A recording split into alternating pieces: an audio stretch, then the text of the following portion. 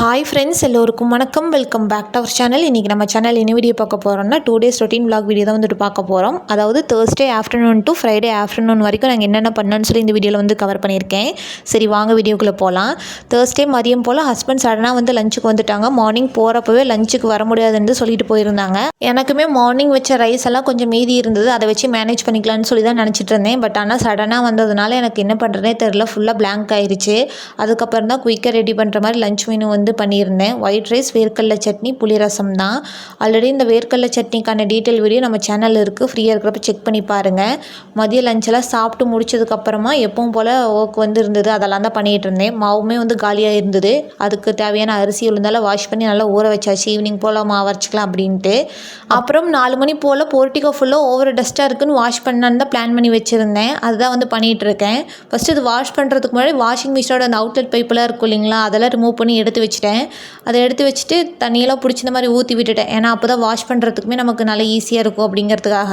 இப்போ ஒரு broom stick வச்சு நல்லா தேய்ச்சி கழுவி விட்டுட்டேன். இப்போ பாருங்கள், வாஷ் பண்ணதுக்கப்புறமா வந்து நம்ம போர்ட்டிகோ அவ்வளோ சூப்பராக இருக்குன்ட்டு கீழே இருக்கிற அந்த ஓப்பன் டெரஸ்மே கையோட வாஷ் பண்ணி விட்டுட்டேன். ஏன்னா அப்போ தான் அந்த டஸ்ட்டெல்லாம் மேலே வராமல் இருக்கும் அப்படிங்கிறதுக்காக.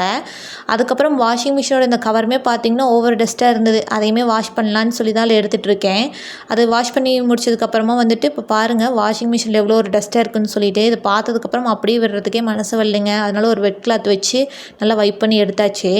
அடுத்து இந்த வாஷிங் மிஷினில் அந்த ஃபில்டர் இருக்கும் இல்லைங்களா, அதையுமே 2 weeks ஒன்ஸ் வந்து நார்மலாகவே க்ளீன் பண்ணணும். அதையும் க்ளீன் பண்ணலான்னு சொல்லி தான் பண்ணிகிட்டு இருக்கேன். டைம் பார்த்தேன் 5 o'clock ஆயிடுச்சு. மாவு அரைக்கிற டைம் ஆயிடுச்சுன்னு மாவு அரைச்சிட்ருக்கேங்க. ஆல்ரெடி இட்லி பேட்டருக்கான டீட்டெயில் வீடியோ நம்ம சேனலில் இருக்குது, செக் பண்ணி பாருங்கள். இந்த அரிசி கலையிற தண்ணி இருக்கும் இல்லைங்களா, அதையுமே ஒரு டம்ளரில் வந்து ஊற்றி வச்சுருக்கேன். ஏன்னா இதில் ஃபேஸ் வாஷ் பண்ணால் ரொம்பவே நல்லா இருக்குங்க, அதுக்காக தான் ஊற்றி வச்சுருக்கேன். அது மட்டும் இல்லாமல் ஃபேஸ்க்கு ஸ்க்ரப்பர் மாதிரி கூட யூஸ் பண்ணலாம். அதை ரெடி பண்ணுறதுக்கு இந்த மாதிரி அரிசி கழிஞ்ச தண்ணியை டம்ளரில் ஊற்றி வச்சிங்கன்னா அடியே அந்த ஸ்டார்ச் கண்டென்ட் மட்டும் நல்லா செட்டில் ஆயிரும். மேலே இருக்க தண்ணியை ரிமூவ் பண்ணிவிட்டு அந்த அடியே இந்த ஸ்டார்ச் கண்டென்ட்டை மட்டும் ஒரு மோல்டராக இந்த மாதிரி கப்பில் வந்து ஊற்றி வச்சுக்கோங்க.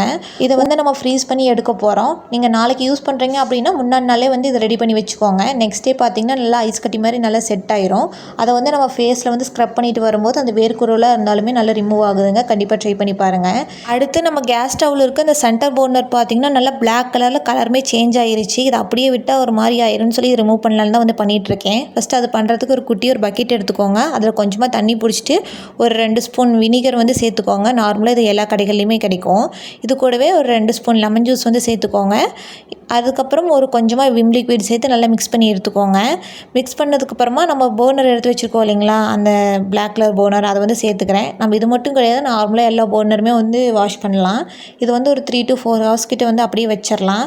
இதெல்லாம் ரெடி பண்ணி முடிக்கிறதுக்குள்ளேயே பார்த்தீங்கன்னா மாவுமே அரைச்சி முடிச்சாச்சு. இந்த டைம் பெரிய பாத்திரத்தில் வைக்காமல் இந்த மாதிரி பக்கெட்டில் வந்து வச்சுட்டேன். அப்போ தான் நமக்கு யூஸ் பண்ணுறதுக்குமே நல்லா கம்ஃபர்டபுளாக இருக்குங்கிறதுக்காக. கிரைண்டர் வாஷ் பண்ண தண்ணியுமே பார்த்தீங்கன்னா நம்ம வேஸ்ட் பண்ணாமல் செடிகளுக்குமே வந்து ஊற்றுறப்போ அதுக்கான சத்துக்களுமே கிடைக்கும், செடிகளுமே நல்லா பூ பூக்கும். கண்டிப்பாக இந்த டிப்பை வந்து ட்ரை பண்ணி பாருங்கள். நீ அடுத்து வந்துட்டு நைட் டின்னர் ரெடி பண்ணுறப்போ வீடியோ வந்து எடுத்துகிட்ருக்கேன். நைட் டின்னர் நான் மட்டும்தான், ஹஸ்பண்ட் வந்து ஒர்க் இருக்குது வர முடியாதுன்னு சொல்லிட்டாங்க.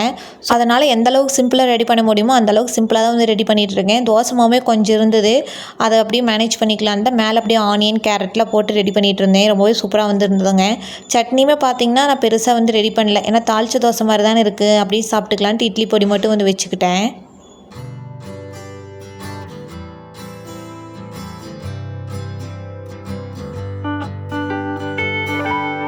சாப்பிட்டு முடிச்சுட்டு வெசல்ஸ்லாம் வாஷ் பண்ணி முடிச்சிட்டேங்க. அதுக்கப்புறம் இந்த பெரிய பர்னர் 2ஐயும் ஃபஸ்ட்டு வாஷ் பண்ணலான்னு சொல்லி தான் எடுத்து போட்டிருக்கேன். இதெல்லாம் வாஷ் பண்ணி முடிச்சதுக்கப்புறமா அந்த குட்டி பர்னருமே வந்து நல்லா க்ளீன் பண்ணிக்கலாம் அப்படின்னு சொல்லி தான் வந்து பண்ணிகிட்ருக்கேன். நார்மலாக இதுக்கு விம் பார் வச்சு க்ளீன் பண்ணாவே நல்லா போயிருங்க. இது பண்ணி முடிச்சதுக்கப்புறமா அந்த குட்டி பர்னர் இருக்குது இல்லைங்களா, அதான் வந்து வாஷ் பண்ணிகிட்ருக்கேன். இது அந்த பச்சை கலர் ஸ்க்ரப்பர் வச்சு ஒரு 10 நிமிஷம் நல்லா தேய்ச்சிங்கனாவே உங்களுக்கே நல்லா டிஃப்ரென்ஸ் தெரியும். இதை நான் இன்னுமே ஒரு கொஞ்சம் நேரம் நல்லா தேய்ச்சிருந்தேன்னா நல்லா ஒயிட் கலரில் இருக்கும். பட் ஆனால் எனக்கு கை வலிக்க ஆரம்பிச்சிருச்சு, அதனால் ஓரளவுக்கு க்ளீன் பண்ணாவே போதும்னு சொல்லி அப்படியே வந்து விட்டுட்டேன். அதுக்கப்புறம் கொஞ்சம் நேரம் டிவி பார்த்து முடிச்சதுக்கப்புறமா வெளியில் உட்காந்து கொஞ்ச நேரம் வேடிக்கையுமே பார்த்துட்டு இருந்தேன். பார்த்து முடிச்சுட்டு நைட்டு தூங்க போயாச்சு. இனி வீடியோ பார்த்தீங்கன்னா அடுத்த நாள் மார்னிங்லேருந்து கண்டினியூ ஆகுது. எப்பவும் போல் 6:30க்கே வந்து எழுந்தாச்சு, ரொட்டீன் ஒர்க்குமே வந்து ஆரம்பித்தாச்சு. முன்னாடி நாள் வாஷ் பண்ணி வச்சுருந்த பாத்திரம்லாம் பார்த்திங்கன்னா டைனிங் ஹாலில் வந்து வச்சுருந்தேன். அதில் எடுத்துகிட்டு வந்து அதாவது பிளேஸில் வச்சிடலான்னு எடுத்துகிட்டு வந்துட்டுருக்கேன். குக் பண்ணுறதுக்கு முன்னாடி அந்தந்த வெசல்ஸில் அதாவது பிளேஸில் வச்சிட்டோம்னா நமக்கு எடுத்து யூஸ் பண்ணுறதுக்குமே நல்லா கம்ஃபர்டபுளாக இருக்கும். நம்ம குக் பண்ண தான் போகிறோம், அதுலேயே வச்சிடலான்னு சொல்லி வச்சிட்டோம்னா நமக்கு அதை தேடியே பாதி நேரம் போகிற மாதிரி இருக்கும். அதுக்கப்புறம் முன்னாடி நாள் வாஷ் பண்ணி வச்சுருந்தோம் இல்லைங்களா, அந்த பர்னர் அதெல்லாம் வந்து எடுத்து அதாவது பிளேஸில் வந்து செட் பண்ணலான்னு சொல்லி தான் பண்ணிகிட்ருக்கேன். ஃபர்ஸ்ட் இருந்த பர்னருக்கும் இப்போ இருக்க பர்னருக்கும் நல்லாவே டிஃப்ரென்ஸ் தெரியுது. அதுக்கப்புறம் மார்னிங் பிரேக்ஃபாஸ்ட்டுக்கு பார்த்திங்கன்னா மதியத்துக்கு சேர்த்தியே வச்சுக்கலான்னு அரிசி பருப்பு சாப்பாடு தான் பண்ணலான்னு பிளான் பண்ணியிருந்தேன். அதனால் ரெடி பண்ணிகிட்ருக்கேன். இதுக்கு சைடிஷ்க்கு மெதுவடை தான். அதுக்கு ஒரு டம்ளர் உளுந்து எடுத்து ஒரு 1/2 hour ஊற வச்சிடலான்னு சொல்லி தான் ஊற வச்சுட்டு ஃபஸ்ட்டு போய் வாசல்லே பெருக்கி விட்டு கோலமே போட்டாச்சு. நான் வந்துட்டு இந்த கோலம் வந்து நான் வரையலைங்க, இது வந்து ஸ்டென்சில்ஸ் வச்சு தான் வந்து போட்டேன். இது நார்மலாக எல்லா கடைகள்லையுமே கிடைக்கும். நீங்கள் டைல்ஸ் மாதிரி இருக்குது அப்படின்னா நீங்கள் இந்த மாதிரி வந்து யூஸ் பண்ணலாம், ரொம்பவே நல்லாயிருக்கும். அதுக்கப்புறம் வாஷிங் மிஷினில் ட்ரெஸ்ஸுமே போடலாம் அப்படின்னு சொல்லி தான் வந்து போட்டு விட்டுட்டேன். அப்புறம் எப்பவும் போல் காஃபி போடலான்னு கிச்சனுக்கு வந்தாச்சு. காஃபி போட்டு எடுத்துகிட்டு வந்து வெளியில் உட்காந்து நல்லா ரிலாக்ஸேஷனாக குடிச்சிட்டு இருந்தேன்.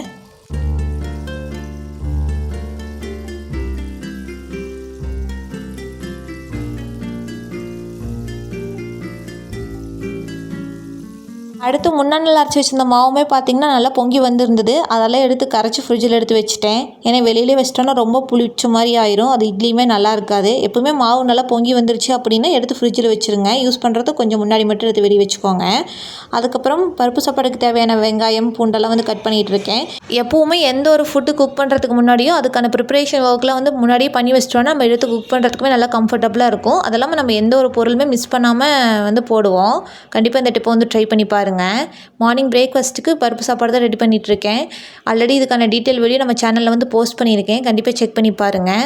ஹஸ்பண்ட்க்கு அந்த அன்னைக்கு 10:30 போல் தான் ஒர்க்குன்னு சொல்லியிருந்தாங்க. அதனால் பிரேக்ஃபாஸ்ட் வந்து மெதுவாக தான் வந்து ரெடி பண்ணிகிட்ருக்கேன். நார்மல் டேஸாக இருந்தால் கொஞ்சம் குயிக்காக ரெடி பண்ணுற மாதிரி தான் இருக்கும்.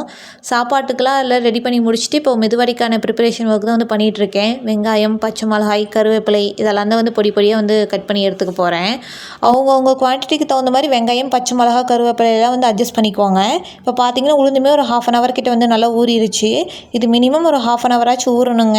அப்போ தான் உளுந்து வடை வந்து நல்லா வரும். இப்போ ஒரு மிக்ஸி ஜார் எடுத்து நம்ம ஊற வச்சுருக்க உளுந்தை வந்து நல்லா தண்ணி எதுவுமே இல்லாமல் நல்லா சேர்த்துக்கோங்க. சேர்த்துட்டு மூடி ஃபஸ்ட்டு ஒரு பல்ஸ் மோடில் வந்து விட்டு எடுத்துக்கோங்க. அதுக்கப்புறம் கொஞ்சம் கொஞ்சமாக தண்ணி சேர்த்து நம்ம இட்லி மாவுக்குலாம் அரைப்போம் பார்த்திங்களா உளுந்து மாவு, அந்த பதத்துக்கு வந்து நல்லா அரைச்சி எடுத்துக்கோங்க. ரொம்ப கெட்டியாகவும் இருக்கக்கூடாது, ரொம்ப தண்ணி மாதிரி இருக்கக்கூடாது. ஒரு மீடியமாக இருந்தால் தான் நம்ம வடை போடுறதுக்கு வந்து கரெக்டாக இருக்கும். இப்போ இது கூடவே நம்ம பொடியாக கட் பண்ண திங்ஸ்லாம் வந்து ஆட் பண்ணிக்கலாம். வெங்காயம், கருவேப்பிலை, பச்சை மிளகாய், மிளகு, இதுக்கு தேவையான அளவு உப்பு, இது கூடவே கொஞ்சமாக அரிசி மாவு வந்து சேர்த்துக்கோங்க. அரிசி மாவு சேர்க்குறப்போ வடையுமே நல்லா கிறிஸ்பியாக வரும். அதெல்லாம் எண்ணெயுமே அதிகமாக குடிக்காதுங்க. கண்டிப்பாக இந்த டிப்பை வந்து ட்ரை பண்ணி பாருங்கள். இப்போ மாவு நல்லா மிக்ஸ் பண்ணதுக்கப்புறமா நம்ம வடை போட ஆரம்பிச்சிடலாம். அதுக்கு ஒரு கடாயை வச்சுட்டு வடைக்கு தேவையான அளவு ஆயில் சேர்த்துக்கோங்க.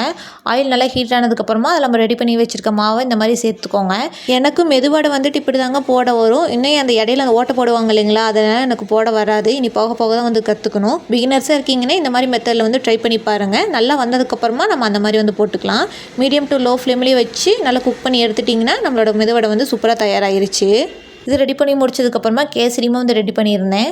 ஃபஸ்ட்டு இது செய்கிறதுக்கு ஒரு கடாய் வச்சுக்கோங்க. கடாய் நல்லா ஹீட் ஆனதுக்கப்புறமா ஒரு ஸ்பூன் கீ ஆட் பண்ணிவிட்டு அது நல்லா உருகினதுக்கப்புறமா அதில் நம்ம எடுத்து வச்சுருக்கிற நட்ஸ் எல்லாம் வந்து சேர்த்துக்கலாம். முந்திரி, திராட்சைலாம் இது ஆட் பண்ணி ஒரு 2 நிமிஷம் நல்லா மிக்ஸ் பண்ணி விட்டிங்கன்னா நல்லா பலூன் மாதிரி உப்பி வரும். இந்த ஸ்டேஜில் வேற ஒரு பிளேட்டுக்கு வந்து மாற்றிக்கோங்க. மீதி இருக்க அதே நெய்யில் பார்த்திங்கன்னா நம்ம ரவையுமே வந்து ரோஸ்ட் பண்ணி எடுக்க போகிறோம். 1 கப் ரவை வந்து எடுத்திருக்கேன். அதை நீங்கள் ஒரு 2 நிமிஷம் நல்லா ரோஸ்ட் பண்ணுறப்ப அதிலேருந்து ஸ்மெல் வரும். இந்த ஸ்டேஜில் இதையுமே வேற ஒரு பிளேட்டுக்கு வந்து மாற்றிக்கலாம். இப்போ இதுக்கு தேவையான அளவு தண்ணி சேர்த்துக்கலாம். 1 கப் ரவைக்கு 2 கப் தண்ணி வந்து கரெக்டாக இருக்கும். இதுக்கான மெஷர்மெண்ட்டு. சேர்த்துட்டு இதுக்கு தேவையான அளவு சுகருமே ஆட் பண்ணிக்கலாம். 1 கப் சுகர் வந்து எனக்கு கரெக்டாக இருந்தது. அவங்கவுங்க ஸ்வீட்னஸ்க்கு தகுந்த மாதிரி சுகர் வந்து அட்ஜஸ்ட் பண்ணி எடுத்துக்கோங்க. சுகர் ஆட் பண்ணதுக்கப்புறமா இது ஒரு மீடியம் டு லோ ஃப்ளேம்லேயே வச்சு இந்த மாதிரி நல்லா கலந்து விட்டுக்கோங்க. நல்லா மிக்ஸ் ஆனதுக்கப்புறமா இதுக்கு நம்ம தேவையான அளவு ஃபுட் கலர் வந்து சேர்த்துக்கலாம். நான் வந்து இன்றைக்கி ரெட் கலர் வந்து சேர்த்துருக்கேன். உங்களுக்கு எந்த கலர் வேணுமோ அந்த கலர் ஃபுட் கலர் சேர்த்து நல்லா மிக்ஸ் பண்ணி விட்டுக்கோங்க. மிக்ஸ் பண்ணிவிட்டு இதில் ஒரு ஸ்பூன் நெய்யுமே ஆட் பண்ணிக்கோங்க. அப்போ தான் இதோட ஃப்ளேவர்ஸுமே வந்துட்டு நல்லா சூப்பராக இருக்கும். அது இல்லாமல் நம்ம ரவை சேர்த்து மிக்ஸ் பண்ணுறப்போ நல்லா அடி பிடிக்காமல் நல்லா திரண்டு வரும். அதுக்காக தான் நம்ம நெய் வந்து ஆட் பண்ணுறோம். இந்த தண்ணி ஒரு 5 மினிட்ஸ்லேயே பார்த்திங்கன்னா நல்லா கொதிச்சு வரும். இந்த ஸ்டேஜில் நம்ம ரோஸ்ட் பண்ணி வச்சுருக்க இந்த ரவையுமே வந்து கொஞ்சம் கொஞ்சமாக சேர்த்து நல்லா மிக்ஸ் பண்ணி எடுத்துக்க போகிறோம். உங்களுக்கு இந்த நெய் ஃப்ளேவர் வந்து பிடிக்காது அப்படின்னா இதுக்கு பதிலாக நம்ம ரீஃபைண்ட் ஆயில் கூட யூஸ் பண்ணலாம். அதை அப்படியே சேர்க்காமல் கொஞ்சம் ஹீட் பண்ணி சேர்த்துக்கோங்க. உங்களுக்கு நெய் பிடிக்காத பட்சத்துக்கு நீங்கள் ரீஃபைண்ட் ஆயில் வந்து யூஸ் பண்ணலாம். அதனோட ஃப்ளேவர்ஸுமே ஓரளவுக்கு நல்லா தான் இருக்கும். இப்போ மீடியம் டு லோ ஃப்ளேம்லேயே வச்சு ஓரளவுக்கு நல்லா குக் ஆனதுக்கப்புறமா நம்ம தட்டி வச்சிருக்கிற ஏலக்காய், முந்திரி, திராட்சைலாம் ரோஸ்ட் பண்ணி வச்சுருக்கோம் இல்லைங்களா, அதையுமே சேர்த்து மிக்ஸ் பண்ணி விட்டுக்கோங்க. அடுப்பு ஆஃப் பண்ணுறதுக்கு முன்னாடி ஒரு ஸ்பூன் நெய் விட்டு இறக்கிட்டிங்கன்னா நம்மளோட சுவையான கேசரி வந்து தயாராகிருச்சு. வீட்டுக்கு சடனாக கெஸ்ட் யாராவது வந்துட்டாங்க, நமக்குமே ஸ்வீட் ஏதாவது சாப்பிடணும் போல் இருக்குன்னா கண்டிப்பாக இந்த கேசரி வந்து ட்ரை பண்ணலாம். கேசரியுமே செஞ்சு முடிச்சதுக்கப்புறமா வாஷிங் மிஷினில் போட்ட ட்ரெஸ்ஸுமே நல்லா வாஷ் பண்ணி முடிச்சிருச்சுங்க. அதை எடுத்து காய வைக்கலான்னு வச்சிட்ருக்கேன்.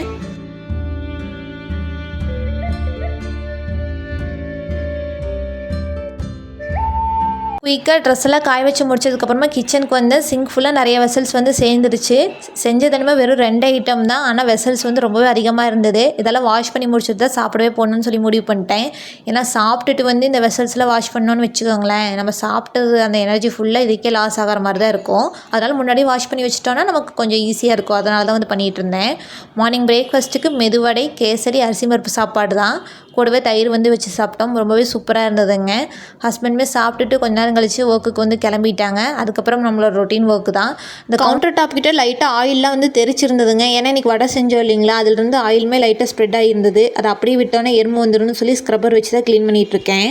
இதெல்லாம் க்ளீன் பண்ணி முடிச்சதுக்கப்புறமா சைடில் அந்த ஆயில் கேனெல்லாம் இருக்குது இல்லைங்களா, அதுக்கெலாம் ஆயிலெலாம் ரீஃபில் பண்ணி அதுமே கொஞ்சம் எல்லாம் க்ளீன்லாம் வந்து பண்ணி முடிச்சிட்டேன்.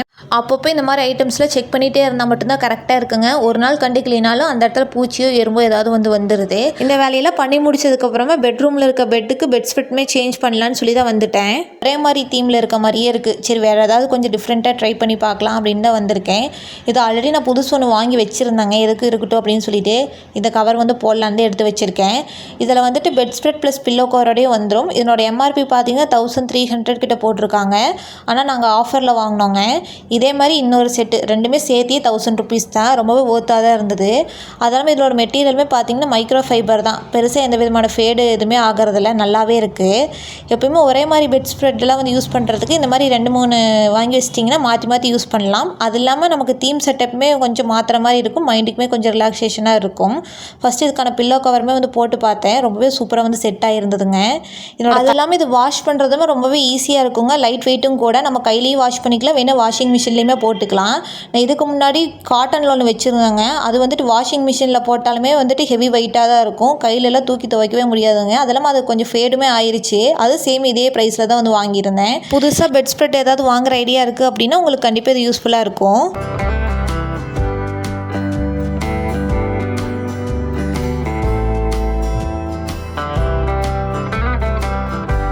பெட் ஸ்ப்ரெட்டில் சேஞ்ச் பண்ணதுக்கப்புறம் இந்த ரூம் பார்க்குறதுக்கு நல்லா ப்ரைட்டாக இருந்ததுங்க. இந்த பெட் ஸ்ப்ரெட்டோட கலருக்கும் இந்த ரூமுக்கும் நல்லா மேட்ச் ஆகிருந்தது.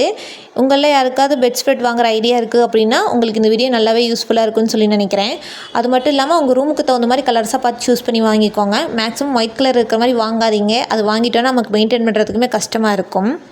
பெட் ஸ்ப்ரெட் எல்லாம் போட்டு முடிச்சதுக்கப்புறமா கிச்சனுக்கு வந்து வந்துட்டேன். இந்த சென்டர் ஷெல்ஃபில் பார்த்தீங்கன்னா திங்ஸ் எல்லாம் கொஞ்சம் அதிகமாக டஞ்சனாக இருக்கிற மாதிரியே இருந்தது. ஏன்னு தெரியல. யூஸ் பண்ணுற திங்ஸ் இதில் தான் இருக்குது, ரேராக யூஸ் பண்ணுற திங்ஸும் வந்து இதில் தான் வந்து வச்சுருக்கேன். அதனால் எப்போயாவது எடுக்கிற திங்ஸ் எல்லாம் எடுத்து மேல் ஷெல்ஃபில் வந்து வச்சிட்டோன்னா நம்ம யூஸ் பண்ணுறதுக்கு நல்லா கம்ஃபர்டபுளாக இருக்கும்னு சொல்லி தான் பண்ணிகிட்டு இருந்தேன். பாதி திங்ஸ் எடுத்து மேல் ஷெல்ஃபில் வச்சதுக்கப்புறமா கீழ் ஷெல்ஃபுமே நல்லா கிளியர் ஆகிருச்சுங்க. பார்க்கறதுக்குமே நல்லா சூப்பராக நீட்டாக இருந்தது. எனக்குமே எனர்ஜி கொஞ்சம் லோ ஆன மாதிரி ஆயிடுச்சு. ஏதாவது ட்ரிங்க் மாதிரி எடுத்துக்கலான்னு தான் வந்திருந்தேன். கேரட் ஜூஸ் தாங்க ரெடி பண்ணியிருந்தேன்.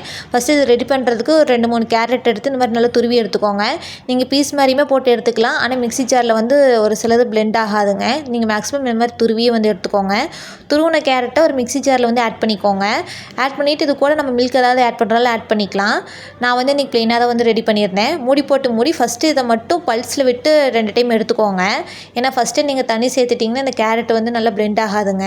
நல்லா ஒரு 2 டைம் நல்லா பிளெண்ட் பண்ணி முடிச்சதுக்கப்புறமா கொஞ்சமாக தண்ணி சேர்த்து ஒரு 2 பல்ஸ் விட்டு எடுத்துட்டிங்கன்னா நம்மளோட கேரட் ஜூஸ் வந்து தயாராகிருச்சுங்க. இதை நம்ம ஃபில்டர் பண்ணி குடிக்கிறனால குடிக்கலாம், அப்படியே எடுத்துக்கிறதுனால எடுத்துக்கலாம். இது அவங்கவுங்க ஆப்ஷனல் தான். அது மட்டும் இல்லாமல் இந்த கேரட் ஜூஸ் நம்ம ரெகுலராக எடுத்துகிட்டு வரப்போ நம்ம ஸ்கின்லேயுமே நல்ல ஒரு டிஃப்ரென்ஸ் தெரியுங்க. ஹெல்த்துக்குமே ரொம்ப நல்லது. ஃபைனலி நம்மளோட கேரட் ஜூஸ் வந்து தயாராகிருச்சு. இதை நான் சர்வ் பண்ணுறதுக்கு நீ கிளாஸ் கண்டெய்னர் தான் வந்து எடுத்திருக்கேன். எனக்கு எந்த ஒரு ஜூஸ் ரெடி பண்ணாலுமே அது கிளாஸ் கண்டெய்னரில் வந்து சர்வ் பண்ணால் மட்டும்தான் எனக்கு ரொம்பவே பிடிக்குங்க. ரொம்பவே சூப்பராக இருந்ததுங்க. ஓகே ஃப்ரெண்ட்ஸ், உங்களுக்கு இந்த வீடியோ ரொம்ப பிடிச்சிருக்குன்னு சொல்லி நினைக்கிறேன். உங்களுக்கு இந்த வீடியோ பிடிச்சிருந்தா வீடியோக்கு ஒரு லைக் கொடுங்க. மறக்காமல் நம்ம சேனலை வந்து சப்ஸ்கிரைப் பண்ணிக்கோங்க. அப்படியே கூடவே பக்கத்தில் இருக்கிற பெல் ஐக்கானே வந்து கிளிக் பண்ணிக்கோங்க. அப்போ தான் நாங்கள் போகிற ரெகுலர் வீடியோஸ் உங்களை தேடி வந்துக்கிட்டே இருக்கும். தேங்க்ஸ் ஃபார் வாட்சிங்.